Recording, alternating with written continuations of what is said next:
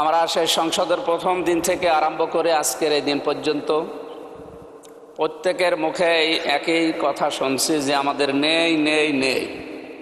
এই বিষয়টা সামনে যেন আর আমরা নিয়ে আসতে না হয়, এজন্য আমি কিছু প্রস্তাবনা এই মহান সংসদের মাধ্যমে যারা দায়িত্বে আছে তাদের দৃষ্টি আকর্ষণ করছি।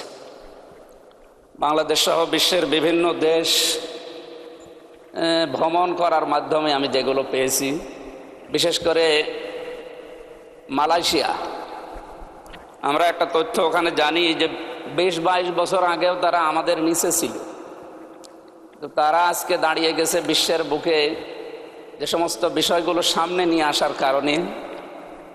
আমি কয়েকটা বিষয় সেখান থেকে পেয়েছি। তার এক নম্বরে তাদের যে সমস্ত জমি জায়গাগুলো আছে, এই বিশাল ল্যান্ডগুলো তারা বিশেষ করে চায়নাকে, তুরস্ককে এবং অন্যান্য আশপাশে যে সমস্ত উন্নত দেশ আছে তাদেরকে আহ্বান জানিয়েছে যে আমাদের এই জায়গাগুলো ব্যবহার করেন, আর আমাদের বেকার যে মানুষগুলো আছে এগুলো কাজে লাগান। মাননীয় স্পিকার, আমরা যেহেতু সব সময় শুধু নেই নেই নেই এই ভাষায় অভ্যস্ত, এখানে যারা দায়িত্বশীল আছে বিশেষ করে মন্ত্রী পরিষদের যারা আছে তাদেরকে বলবো আমাদের স্ব আসনে এভাবে মানুষের কাছে শুধু আকাঙ্ক্ষা না জানিয়ে আমাদের নিজেদের আসনগুলোর যে জায়গাগুলো সরকারি বেসরকারিভাবে পড়ে আছে, এই জায়গাগুলোকে যদি সরকার এখন কাজে লাগাতে না পারে তাহলে বাইরের দেশগুলোকে আহ্বান জানাক। আমি অলরেডি এর ভেতরে এই 2 মাসের ভেতরে অনেকগুলো কোম্পানির সাথে বাইরের যোগাযোগ করেছি। তারা বলছে আমাদেরকে ইকোনমিক জোন তৈরি করে ঘোষণা করে দেন, আমরা আসতেছি। এসে এই জায়গাগুলোতে অন্তত আমার কুষ্টিয়া সদরের 3 আসনের যে জায়গা পড়ে আছে, আমার হরিপুর ইউনিয়নের একটা জায়গা পড়ে আছে, ওখানে প্রায় 1000 একর। কুষ্টিয়াতে একটা অনেক পুরাতন মিল পড়ে আছে, মোহিনী মিল, যেখানে 300 বিঘার উপরে জায়গা পড়ে আছে। এরপরে আরও বিভিন্ন জায়গা, সুগার মিলে ওখানে প্রায় 750 বিঘা জমি পড়ে আছে। এই জায়গাগুলোকে সরকার কাজে লাগাচ্ছে না, খালি কথার উপরে আমরা এই চলমান অবস্থায় আছি। এই 2 মাস আমি অনেকগুলো জায়গায় যোগাযোগ করেছি কিন্তু সাড়া পাচ্ছি না। অথচ এলাকাতে যে সমস্ত বিষয়গুলো নিয়ে এখন তোলপাড়, এলাকায় যাওয়া যায় না। মাদকের যে সয়লাভগুলো, এরপরে বেকার সমস্যা, ছিনতাই, এরপরে আরও যে সমস্ত সমস্যাগুলো, হতাশার জীবন নিয়ে মানুষ চলছে, এগুলো থেকে মুক্ত করার জন্যে প্রত্যেকটা মাননীয় জাতীয় সংসদ সদস্য যারা আছে, আমার যতটুকু বাস্তবতায় ধারণা আছে, নিজেদের এই জায়গাগুলো হয় নিজেরা ব্যবহার করবে, অথবা বাইরের যে দেশগুলো যারা পারে তাদেরকে এই মালয়েশিয়ার মতো অথবা থাইল্যান্ডের মতো, এদের মতো আশপাশ উন্নত দেশগুলো থেকে আমরা চায়নাকে ডাকতে পারি, তুরস্ককে ডাকতে পারি।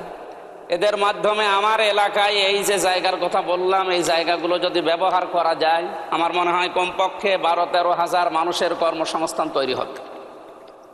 আমি বারবার যাই, কিন্তু বিরোধী দলে থাকার কারণে মনে হয় ওনারা গুরুত্ব দিতে চান না, খালি ঘোরাতে থাকেন।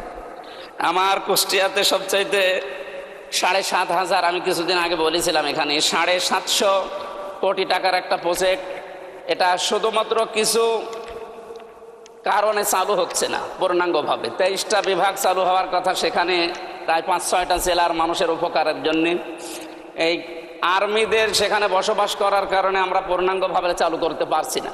আমি আজকে স্বরাষ্ট্রমন্ত্রীকে আহ্বান জানিয়েছি, উনি আরও সময় চান।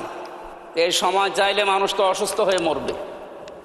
এজন্য আহ্বান জানাবো, আমরা বিরোধীতে আছি তাই কি, আমরা তো সরকারের জনগণের জন্য কথা বলছি, সুতরাং আমাদের কথা যেন গুরুত্ব দেওয়া হয় ও অতি দ্রুত এখান থেকে আর্মি অপসারণ করা লাগবে। আপনি কোথায় দেবেন? বিভিন্ন জায়গায় পড়ে আছে আমাদের কুষ্টিয়া শহরের বিভিন্ন জায়গা, ওই জায়গাগুলোতে এখন যদি জরুরি রাখা লাগে সেখানে রাখবে।